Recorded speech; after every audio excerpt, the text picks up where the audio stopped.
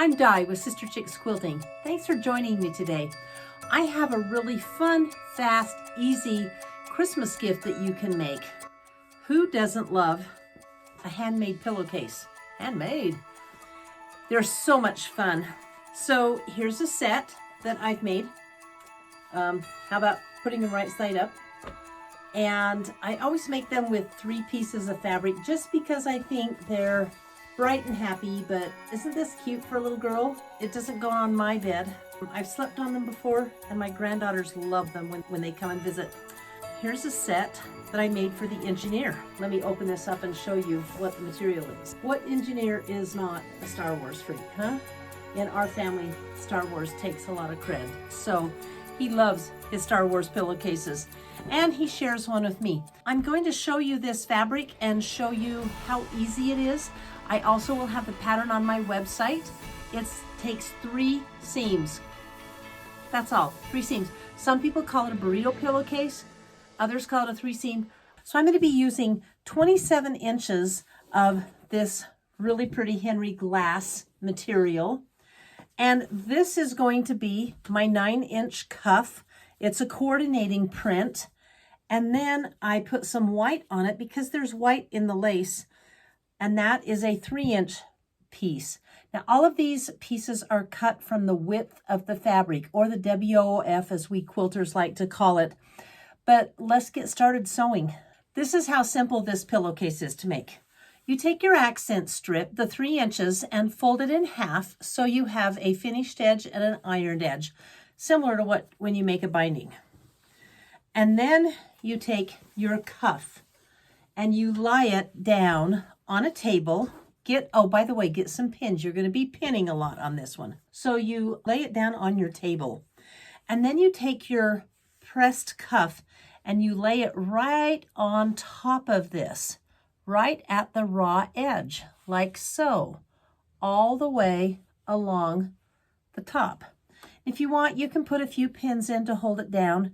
They're going to be coming out in a minute because we're going to put the body of the pillowcase on this as well. Oh, this is important. All fabrics are not created alike in the width department. You can count on 42 inches wide, but some of them are longer than others. So if you have a longer piece, like this is longer, just leave it, that's fine. Now what you do is you take your pillowcase, and let me make sure I'm doing this right.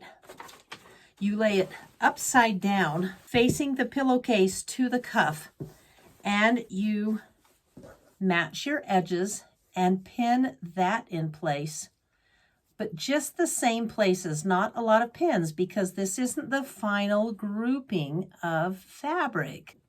So just pin that in place like so. And then comes the fun part. We're going to do a little bit of rolling. This is the first part of the reason why it's called a burrito pillowcase. I always start with the back end and kind of fold it over to about here, leaving a couple of inches, like so. And then I fold it up again, like that, all along from the width, and then roll this bad boy. We want to get this out of the way. So we're going to roll it up like so, like that. Then you see this piece of cuff that's left over. Now you get to pin all 6 layers together. So fold it over, matching the raw edge to the raw edge, pin it in place, and do it the same. You're going to want to use, like I say, a lot of pins on this project. So I plan on doing just that. I don't want my pieces to slip.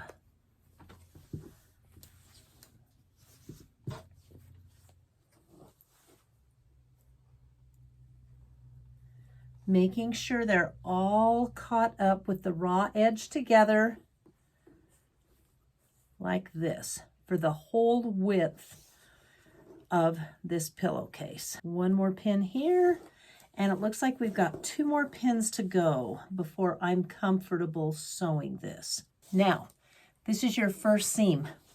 You're going to sew 1/2 inch all the way along this raw edge, putting it through your machine like this and sewing it all the way down. So this is what you have when you're done. Let's remove our pins.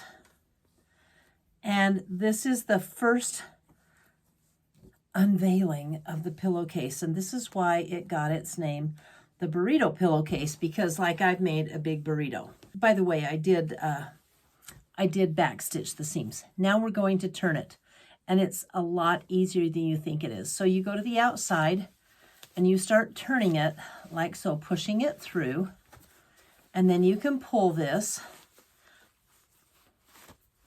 Continue to pull.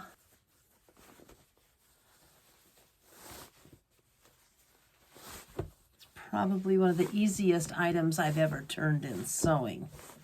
And I was a little intimidated by it at first. Okay, and this is what you end up with. Here's the back side. Ta-da! But look at this. Oh my gosh. There is your pillowcase. So you press these seams down so they're nice and flat. And by the way, I always leave my cuff turned up, and I'll show you how I do a little stay stitch to finish it. But after you press it, this is what you do. You fold it right sides together because we're doing a French seam, remember? But it's not going to be even. Look at that. So get out your cutting mat and trim it so that it's even. So because we're going to be using a French seam, I press so the wrong sides are facing the wrong sides on the body of the pillowcase. But I've pressed the cuff down on both sides, the back first and then this. And then I line it up on my cutting mat. Again, I've got this uneven edge. As you can see, there's a double seam, it's uneven on the yellow cuff. But what I usually do, because you're going selvage to selvage, is I line up the selvages to the selvages, making them straight, following a line on my cutting mat. And I plan on trimming this end off so it's very even. So I'm going to lay a ruler on top. This is my lip edge ruler. It's helpful on this cut. This is very much to the edge, and it there's plenty of room for a pillow in there. You just kind of decide how much you want to cut off yourself. But you do want to even it up, and that's what I'm going to do right now, making sure I got through that fabric. This is going to be my first seam, and I am going to pin this. This is a pinning project.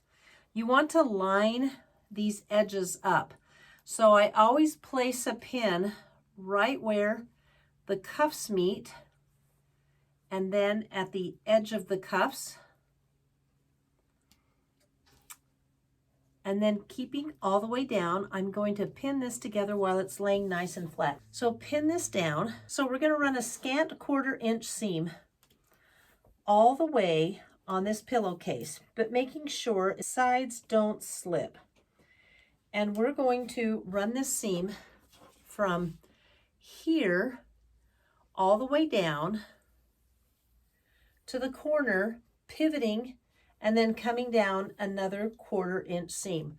And that's the first part of a French seam. If you haven't sewn one before, you're going to go by faith. If you have sewn them before, you know exactly what I'm talking about. So let's take this to the machine and sew it. So the pillowcase is sewn like this, and you want to clip your corner right next to the seam. And then I'm going to take it to my ironing table and press open this seam I'm going to turn it and press it like this. Here's a little tip when you're turning this pillowcase and pressing it, because a really nice flat press makes it so much nicer. I use a purple fang. I use this blunt edge right here, the little 1/4 inch edge, to push my corners out. Some people use a chopstick Just don't use anything sharp or pointy. Your finger's a little tacky. Yes, I licked my fingers, sorry. I'm a finger licker from way back, but I wash my hands a lot too. And then go ahead and roll this seam out. So you have the edge that is caught up in the seam right to the edge. So I'm pressing this down really, really tight. The rest of the pillowcase doesn't need a press right now, but rolling this edge so that it's good and flat, and the seam is right on the edge. That's what you want for a good French seam. Really press good. And right here, there's a lot of bulk where you've got the 6 fabrics layers. So really give it a good smack down. My machine handles it well. I hope yours does too.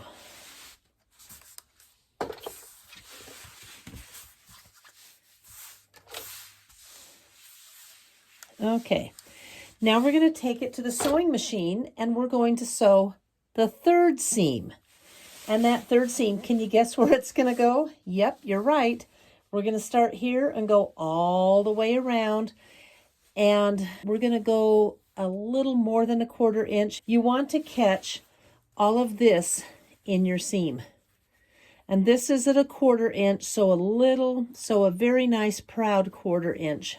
So here I am back at my ironing table. As you can see, I've got that 1/4 inch seam sewn all the way around. This seam is nicely enclosed for the inside of your pillowcase. And you know, pillowcases get washed an awful lot. So it's nice not to have that. Now, if you don't want to do a French seam, you can zigzag it, or some people go ahead and serge it on their serger. I like the finished look of the 1/4 inch seam. And then I want to press that seam so it lies flat. And this is how I'm going to do it. I do it this way first, really pressing those 6 layers of fabric.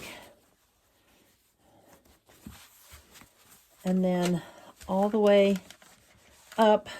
And then on this inseam, I like to open it up and press it as flat as I can get it. Then fold it, and it's ready for its final press after I insert my purple thing. Where is it? There we go. And push these corners out.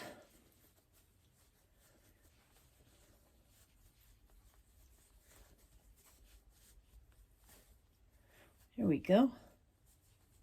There's going to be a little bulk because of the French seam, but it's not enough to matter.